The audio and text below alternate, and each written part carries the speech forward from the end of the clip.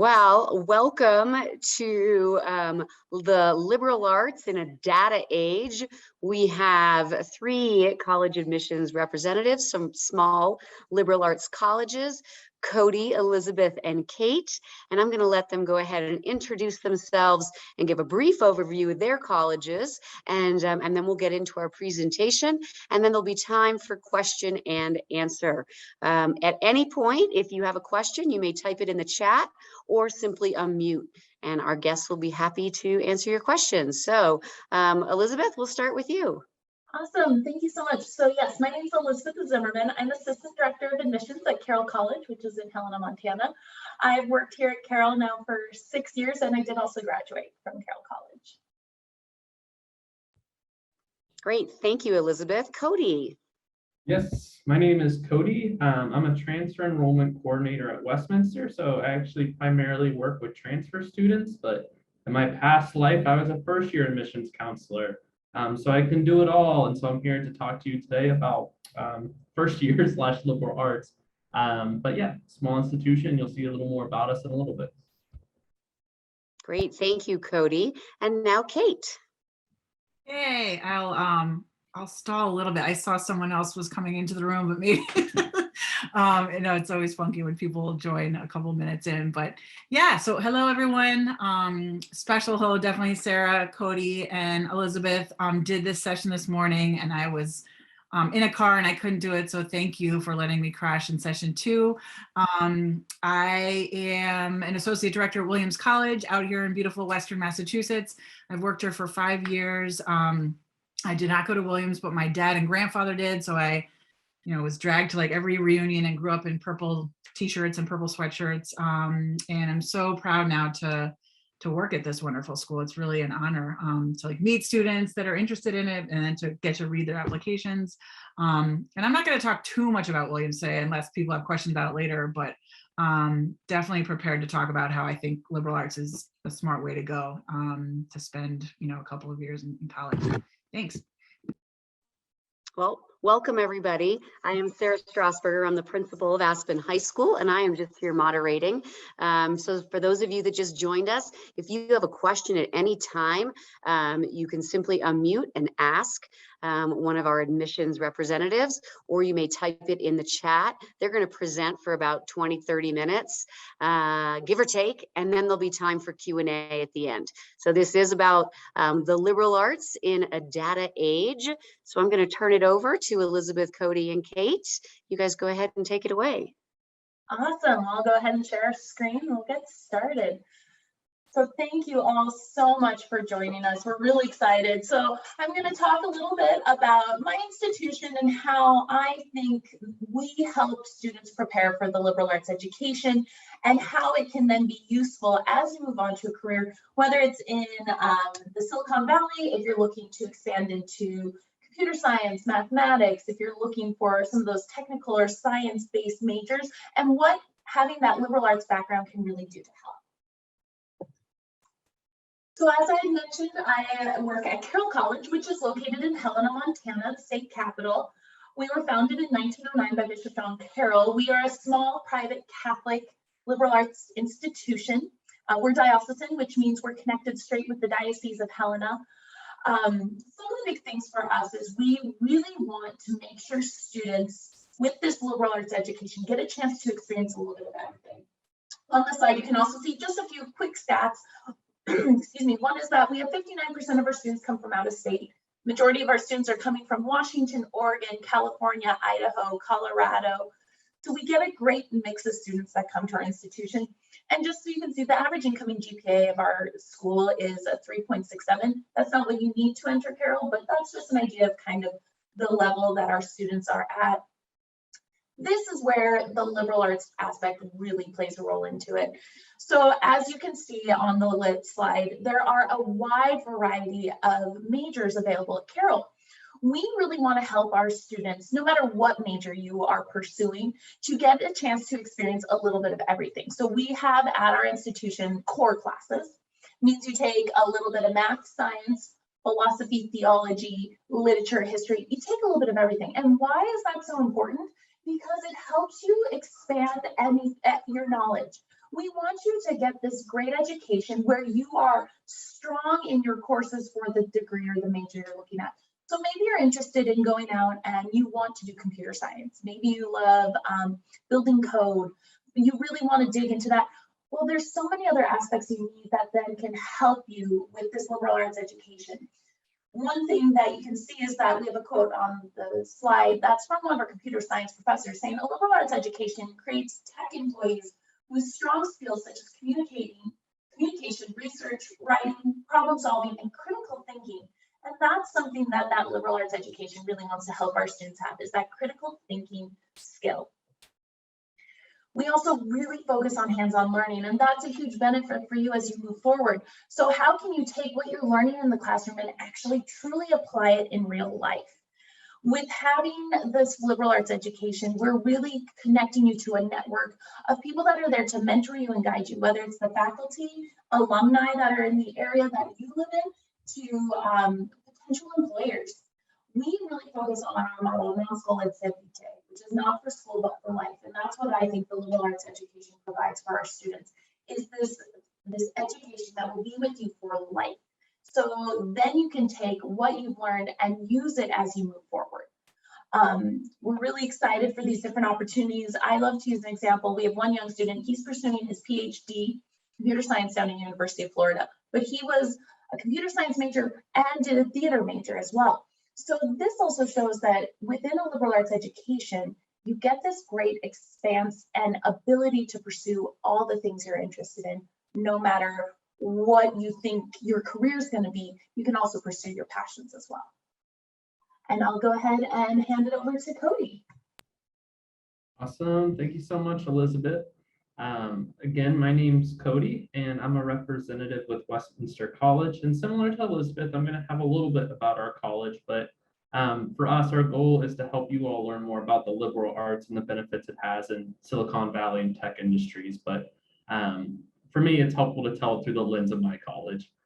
So Westminster is a private, independent liberal arts school. And so Elizabeth, she gave many definitions of liberal arts throughout, and I'm going to help just kind of reemphasize those. And so I think sometimes an idea that comes up with liberal arts is that it's a fad, or that it's something really recent. And I talked about it in the morning presentation, but liberal arts goes all the way back to ancient Greece. And it's how the citizens in society were educated. So like Elizabeth was saying, they were studying theology, they were studying the arts, they were studying mathematics, and that's how they became these well-rounded individuals. And that's the goal of really all of our liberal arts institutions, is to prepare you to take a subject and view it through multiple lenses. And so again, another thing I want to talk about with just kind of private versus public schools and liberal arts is no college is inherently better or worse than another college. It depends what you're looking for in your educational degree. So a private school isn't better than public, and public isn't better than private. Liberal arts is not necessarily better than non-liberal arts. It comes down to you, the student. So as you're exploring these different colleges, you want to listen to the different keywords and phrases we're saying and ask yourself, is that something that resonates with me? And that's what's going to help you to find the college that's the right fit. So again, Westminster, we're a little tiny school. We have about 2,000 students. And so for you, when you're walking around a campus, if you're looking around and you say, wow, this is a place I think I can thrive, then that could be a good fit. But if you're looking for 40 or 50,000 students, that's not necessarily who Westminster is. And so I am ready for my next slide. So as you can see in nice blurry font, Westminster has over 50 academic programs and majors. And so for the Silicon Valley, the traditional things you're thinking of, we have computer science, we have chemistry, we have all of the different kind of tech things you'd ever be thinking of. But Silicon Valley isn't defined by these things exclusively. So I talked about that this morning as well. We have environmental studies. So you could be studying how is the building of these various tech industries that are kind of taking over these cities, how is it impacting the economy and the environment, and everything else that goes with that, the bird populations. You could be studying science, any of the sciences, and be looking at kind of the technical things. You could be looking at psychology, and you could be working with the people operations teams to say, how can we better the workplace environment? These employees are either really happy or they're not happy at all. So again, liberal arts is not, just because it has the words arts in it, doesn't mean it's an art degree. And it can be, and that can be useful in Silicon Valley, but you can combine any of these skills, just like Elizabeth had said earlier. And then I like to give this specific class. This is one of our core classes. At Westminster, we call it the W core. The W comes from Westminster, hence your W core. But I think it gives the well-rounded perspective of just what these types of classes are. So this sample course is called Counting Votes. And it says, after 18 years of waiting, you finally have the right to vote. But just what does voting mean? There are actually many methods of expressing voting preferences via ballots. Which is the best method? How is the state's number of representatives in the US House of Representatives actually determined? What other methods are there? And what results would they produce? How might that change the political landscape of our country? Which states have real power within the Electoral College? We'll take a mathematical look at all these questions by studying Arrow's impossibility theorem, exploring various apportionment methods and their implications, and learning about power within weighted voting systems. And every time I read that, I feel like someone's going to fall asleep along the way. But as you can see, there's all kinds of different principles in this one class. So when you were signing up, you may be like, I just needed to fulfill a mathematics course. And so this is most certainly a statistics/mathematics course. You're looking at, they say, Arrow's impossibility theorem. I don't know anything about that theorem, but if you took the class, I'm sure you'd learn about it. But you're also talking about which is the best method. So you're using some debate and critical thinking skills. And you could be using social justice to think about who's being left out in these voting methods, and maybe who's overrepresented. And really just all kinds of things. So again, I think that comes down to how are these liberal arts institutions preparing you for Silicon Valley? We're teaching you to not only become an expert on one subject, but we're helping you to understand other perspectives so that when you're studying mathematics, you can apply it to other people, other systems, be able to explain yourself. And I think that's what makes competitive people within Silicon Valley. But that's my information for now, and we'll have lots of time for questions at the end. Yay, that's my campus. All right. Thanks, Elizabeth is our slide advancer behind the scenes. I appreciate it. Thanks, Elizabeth. So yeah, again, my name is Kate, and I work at this wonderful liberal arts college in Western Massachusetts, and we'll just stay staring at this scene. Oh, sorry, Elizabeth.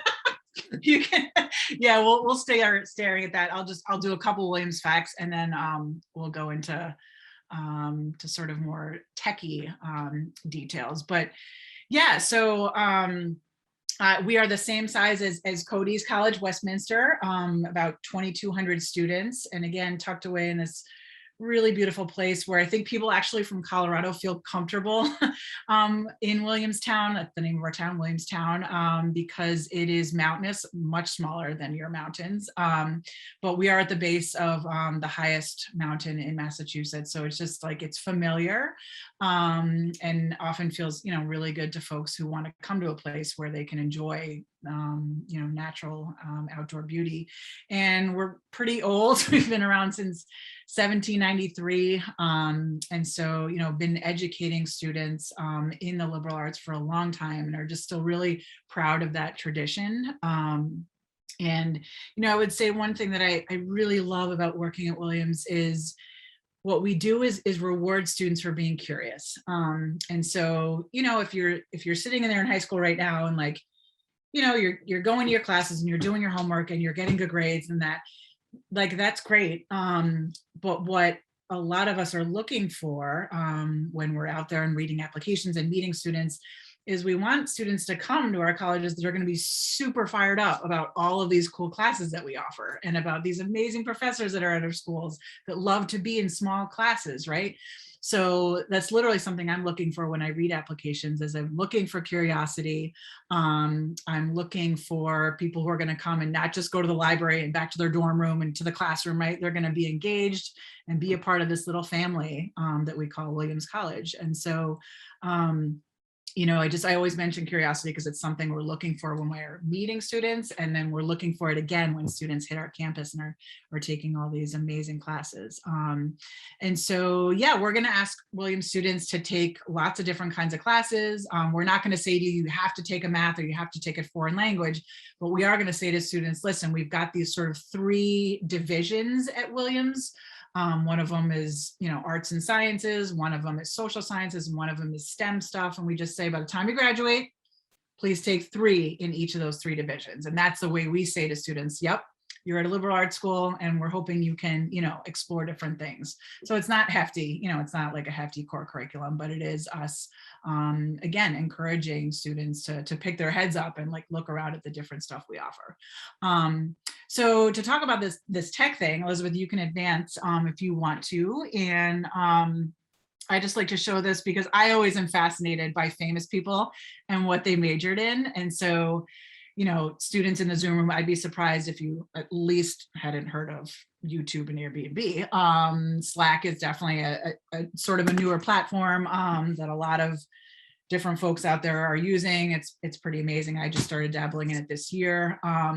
But, you know, when we talk about liberal arts and we talk about companies looking for employees and companies like growing and booming, it is interesting to see where their leaders have come from. And so, you know, there's some sentences on the bottom there that I think make a lot of sense if you really stop and think about it. You know, whenever you enter a job, I don't care if it's, I'm going to say Dunkin' Donuts, that's a big coffee chain, that's a big deal on the East Coast, you know, Starbucks, or a tech company, you're going to have a training period. Those employers are going to take you and, you know, hopefully they give you a kind of longer training period so that you get all the skills down.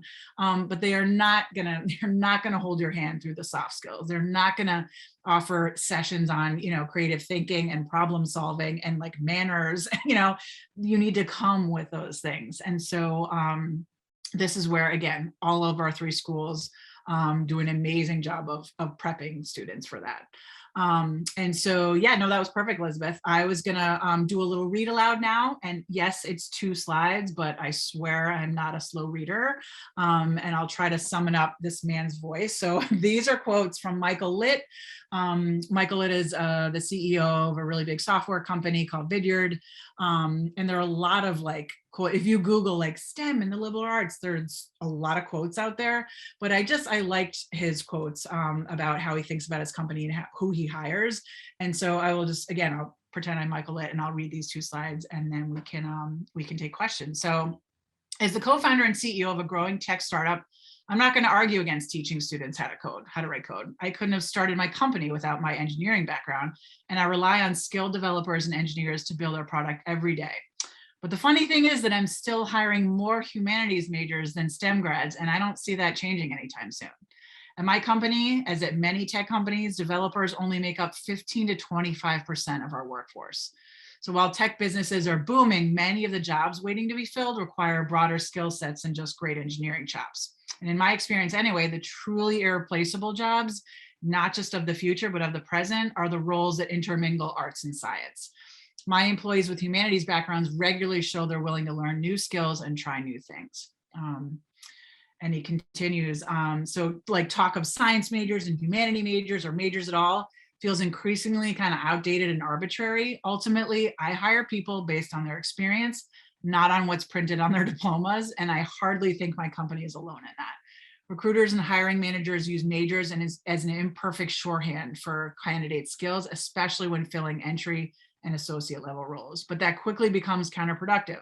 Hiring someone for a skill they developed 5 or 10 years ago at an academic institution is like assessing someone's fitness based on a marathon that they ran 5 or 10 years ago.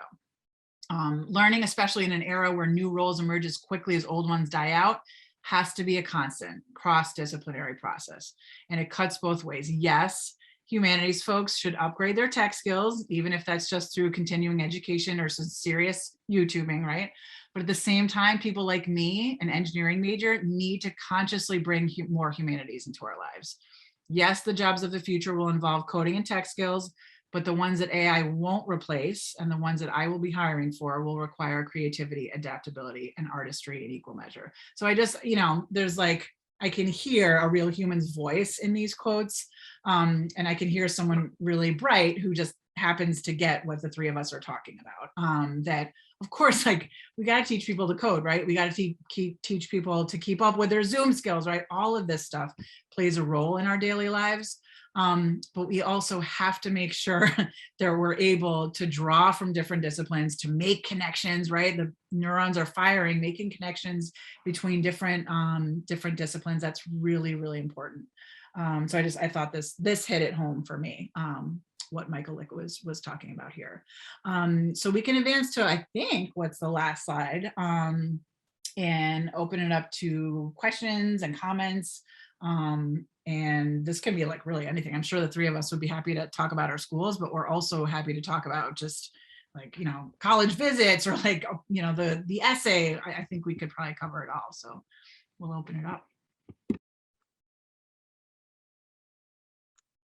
Thank you all so much. So for our guests here, please feel free to unmute and ask either Elizabeth, Kate, or Cody a question, or maybe you have a general question and we can hear from all three, or you're welcome to type your question into the chat. Question to everyone. Earlier you mentioned that when you were looking for a possible student, you wanted to see curiosity and sort of engagement. How do you break that in a flat essay? How do you, because I mean, it's words, there's no tone to them, and I feel like going directly for breaking the wall might actually just be what everyone does. Yeah, oh my gosh, I love talking about literally what I do and what we do when we sit and read an application like on our laptop. I'm glad you asked that. So the only thing I'm not trying to argue with you at all, but I would say it is pretty crazy what we can glean as admissions officers from an essay. And I would point out one other thing that all students who apply to Williams have to pass over to us to share is you have to share 2 teacher recommendations. And I will tell you, those are the places where probably the student's essay and those 2 teacher recommendations are the place where I absolutely can like sit back in my chair and be like, oh my gosh, like I just got to know Alessandro, like I absolutely have a sense of, what they're interested in and like how they would operate in a classroom at Williams.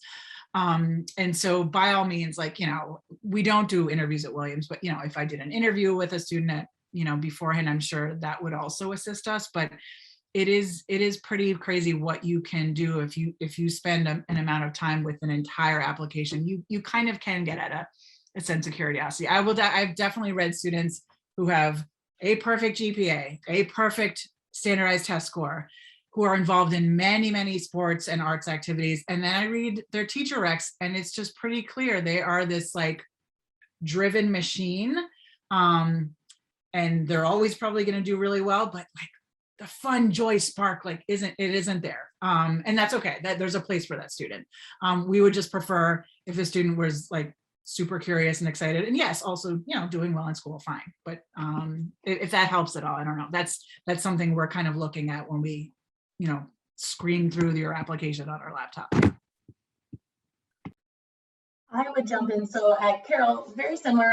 We do what's called a holistic reading of your application. So I am going through every single page of a student's application. I want to see, like, I tell students, even if you tried tennis your freshman year and went, oh no, I'm much more of a golfer, I can't play tennis, or whatever it might be, still share that with us, because I looked through all of it with the essay as well. At Carroll, we ask for an essay, I'm sure most colleges, and we have 5 different writing prompts. And I really just tell students, like, tell me something about yourself, something you're really proud you've accomplished, something you struggled with and overcame. I've had students who come and speak to me because they know I'm their admission counselor. And they go, well, I'm not going to write about my service trip because I know everyone writes about service trip. I was like, well, if that service trip really meant something to you and really gave you something that you really held on to, share that with me. I want to know that about you. At Carroll, I work with my students from the day they first tell me, hey, I'm kind of interested in Carroll, all the way until they either tell me I've chosen to go to another college or they step foot on campus for orientation right before classes start. So I'm with the student the entire time. I'm constantly reaching out, just saying, hey, ask me a question. Let me know what you want. Because then we get to work with students and get to know them and build a relationship with them. And one thing that I'm really grateful for at Carroll is that I'm told to work with a student to find you your best fit. I would love that every student, I mean, each of us will say this, we'd love if every student picked our college and only wanted to come to ours. But I also know that sometimes we might not be the right fit for you. So I want to help you find the right college that's good for you, that'll support you the best. And I'm really lucky I get to do that at my job, is I work for the students. Yeah, and I would echo everything that was already said. In addition to that, I think that's kind of the beauty of most of these liberal arts schools is that we're pretty tiny. And so we usually work with the same students for an entire year. And so we get to know you pretty well before you've written your essay or after. But in any case, like everybody said, write what you're passionate about. And I would recommend trying to think about maybe what does make you different from the typical student at the population. So for example, my school is very much a ski school, and I've probably read 50 to 100 essays on the ski captain and how being in this really awesome place changed their life. And it's amazing, and the student's passionate about it. So it doesn't make the student a bad applicant. I know that this is something they're passionate. I know that they can be a good and an avid skier at the Westminster, and that their grades are good. So all these things show a good fit. And so don't feel like you have to write the best essay you've ever written. Like you want to do your best, but we use holistic admission. So it doesn't just come down to your essay, but also have a proofreader. You're asking about how can I get my voice across? Ask your English teacher or your parental figure or whoever you trust to kind of help look over your materials. And they can say, hey, I was on that service trip with you. I'm surprised you never talked about this component or whatever that may be. And so I would work with your writing resource tools that you have at your high school to help get that across. But also, if you want to bring out your unique character or your voice, visit the college, meet virtually with the people, go to their campus, build these connections. Again, pretty much every student I meet with, I'm like, I remember meeting this student on campus. And it just helps because, again, our job as the admissions folk is to be an advocate for you in the application process. So we never want to say, hey, I think you should deny this student. And students have to get denied sometimes. And so, but otherwise, the more you can tell the admissions representative about yourself, the better we can advocate. So I can say, not only does this student have this GPA, but they work at home, they take care of their little sister 30 hours a week, and they do this, this, and this. So tell us everything you can, even if it seems insignificant.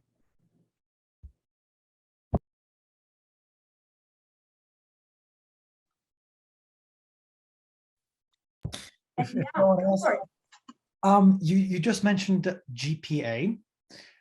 When you look through that, are you looking at the thing as a whole, or are you looking at individual skills in the sense of maybe the student might not have the best grade in history, but math is fantastic, and he doesn't want to be a history major. He wants to do something with math. So does that play a role into it all? Yeah, we'll answer in reverse order this time.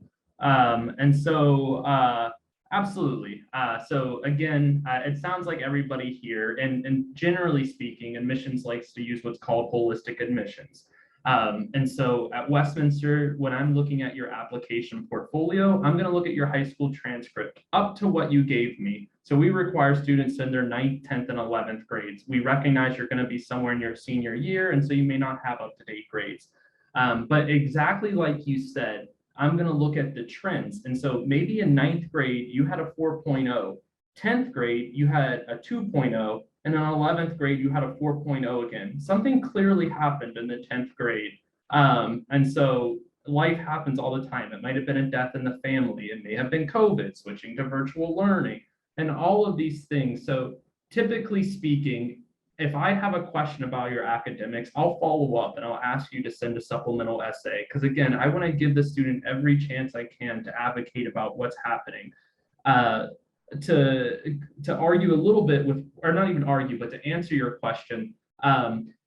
So if you told me you were interested in nursing, but maybe you didn't do well in science classes, I would not say I don't think this student should be admitted because their science grades weren't high, because you may change your major many times. And so not being good in science, you might have realized, you know what, I'm not great at this hard science, but I really love psychology and statistics and all of these other things. And so I wouldn't want to rule you out from the beginning. And I believe that would be common. But again, we look at everything. We look at your grades, what you're involved in. And so again, the more you tell us, the better. But if you chose not to write an essay and just send us your, so we're a test optional institution. Test optional, if you haven't encountered it, it just means you can submit a supplemental essay usually, or for some schools, a video interview instead of your test scores. But if you sent me, let's say, 12 ACT with no explanation, I don't know that I would advocate that the student be admitted with that ACT score. But if you said, hey, actually, I have a 4.0 GPA, and the reason I got a 12 is because this thing happened. I plan to take it again in 2 months. That creates a whole new scenario. Definitely would agree with what Cody said.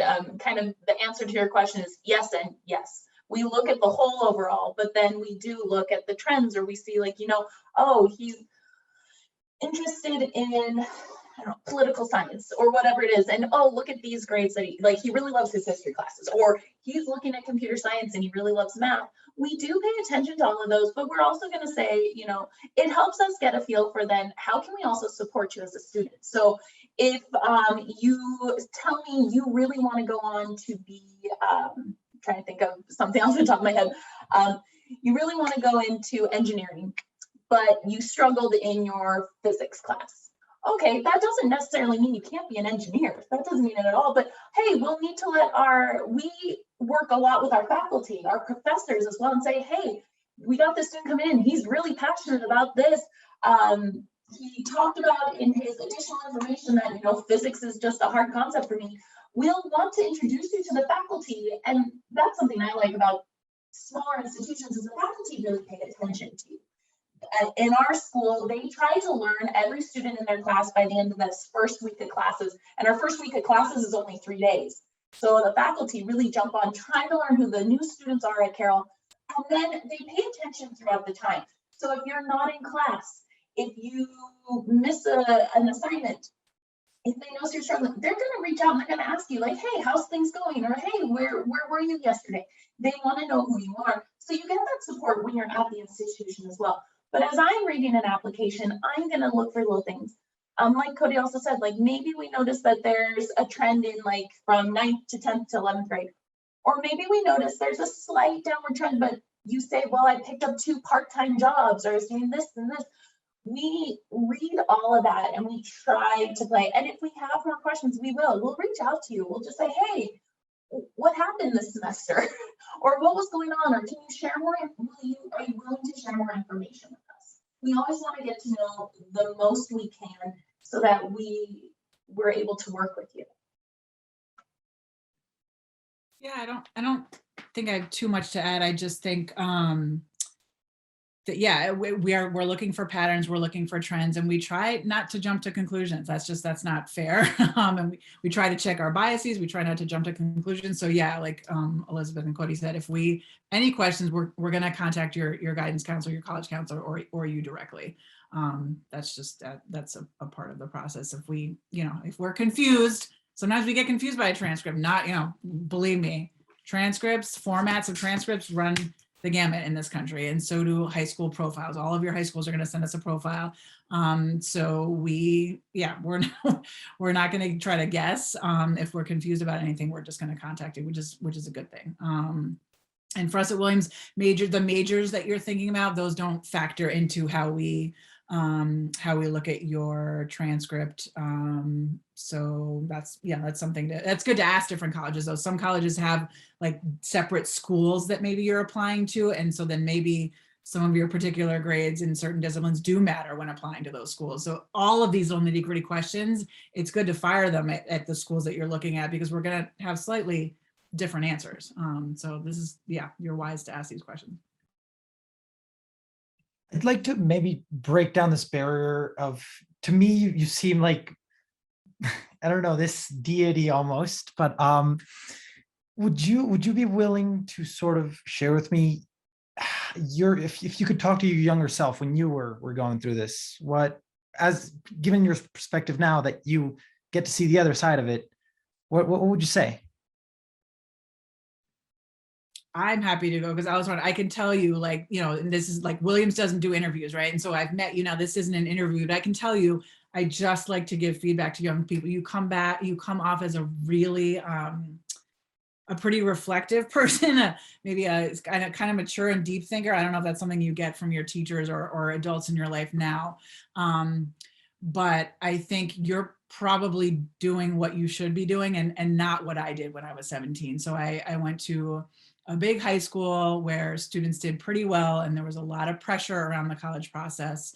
I grew up kind of outside New York City in Connecticut, and it was like a rat race. And I just kind of followed the crowd, and I applied to schools that some of my friends were applying to. And I thought about the really basic things like how far from home, how big, and what are the majors. There's a lot more to doing your college research than those factors. And so I think you're doing what you should be doing. I think you're asking really interesting questions. I think you're trying to get a real sense of the academic community of the schools you're looking at. I think you're also trying to get a sense of, am I going to meet other interesting people that I want to stay up until 2 a.m. talking to, about classes, about things. So I would just say keep a very open mind about schools. Don't take a school off your list just because no one at your high school is talking about it. And keep asking really cool questions. Yeah.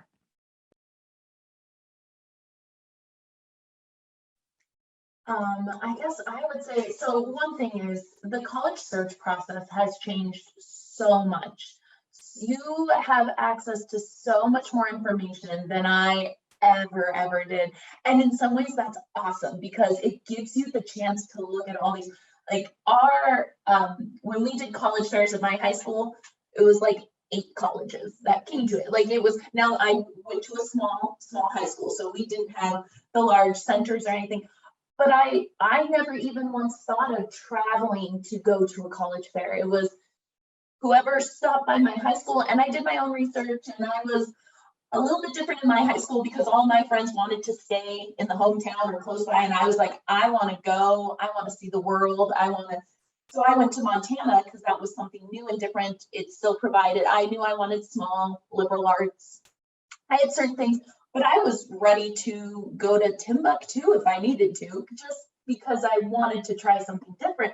So I think, being comfortable with what you're looking for, having that is something, but because you have access, you get to explore all these different colleges. Like as an admission counselor, I've learned about more colleges and I'm going, where was that college when it was there, obviously, I just didn't know about it. So, but that also then presents you with a lot of colleges, and it can be hard to go like, and so, as you're going through your college search, it's finding those core things that are really important to you, that you're like, this is something I know I will want. And then it can help you kind of narrow your focus.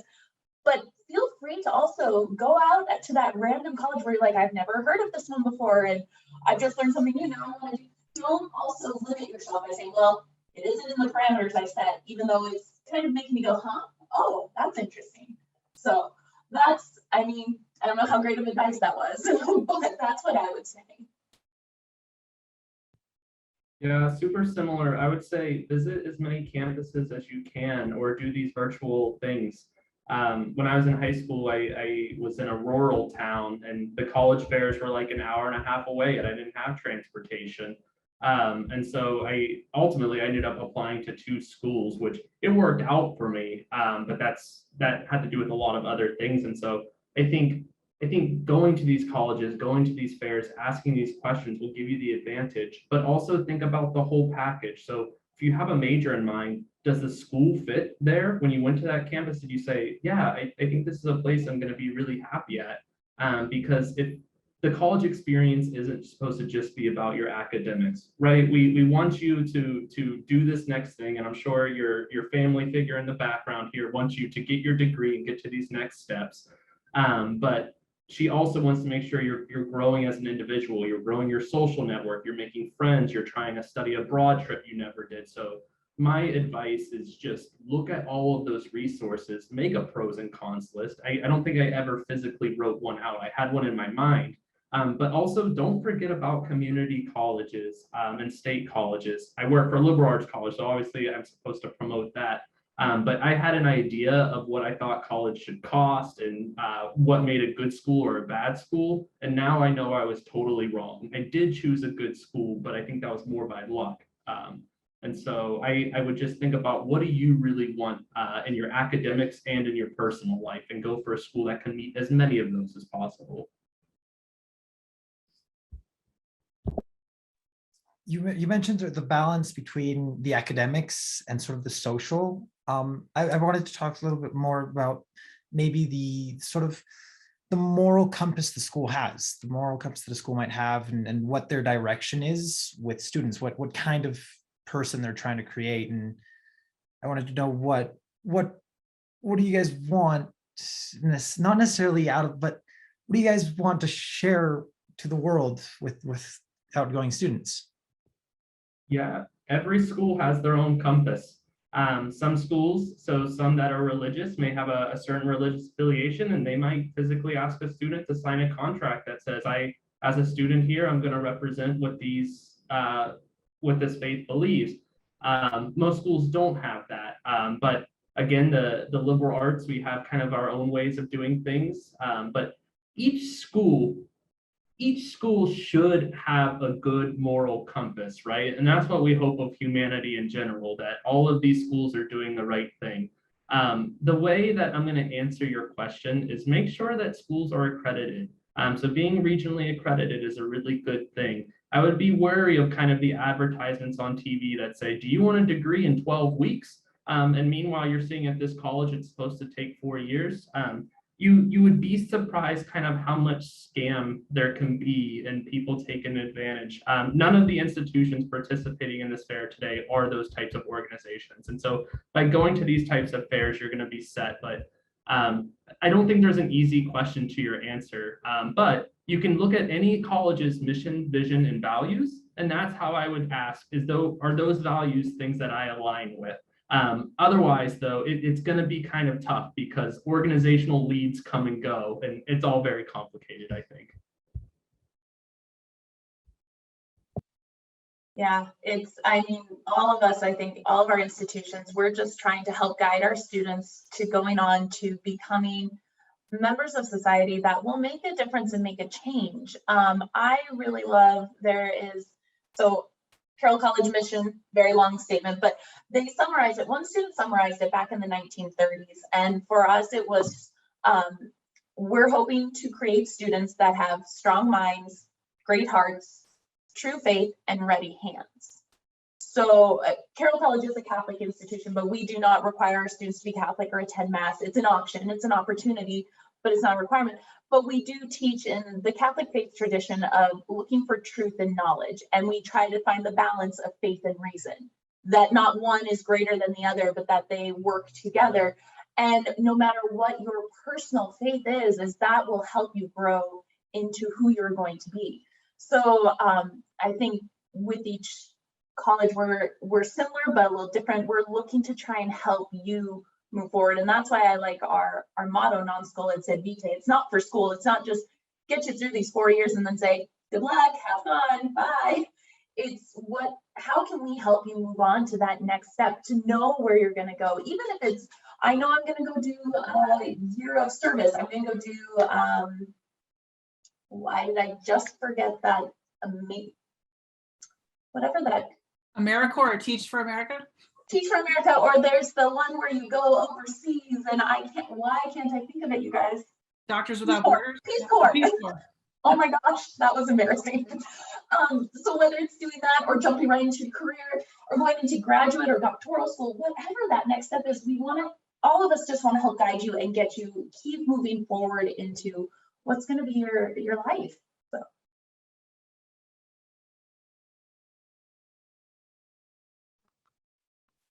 Well, it is a little bit after 2, so we've reached the end here. Alessandra, you asked really terrific questions, and I just want to concur with these admissions counselors. It sounds like you know the right questions to ask, so trust yourself in this process, trust your gut. And I think oftentimes talking to admissions counselors and visiting a school, you do get that gut feeling, wow, this feels like home. So it sounds like your instincts are right on. So congratulations on that. I want to really thank Elizabeth, Kate, and Cody for being here. I am a huge fan of the liberal arts, and I do think that as you look to the future, following passions and engaging with people in different schools of thought is what's going to kind of set us on a positive trajectory in this world. So want to thank you all for being here and giving your time, and I wish everybody a fabulous rest of your Sunday afternoon. So take care. I'm going to end the meeting now. Thank you. Thank you so much. Thank you. Thank you. Bye-bye. Bye.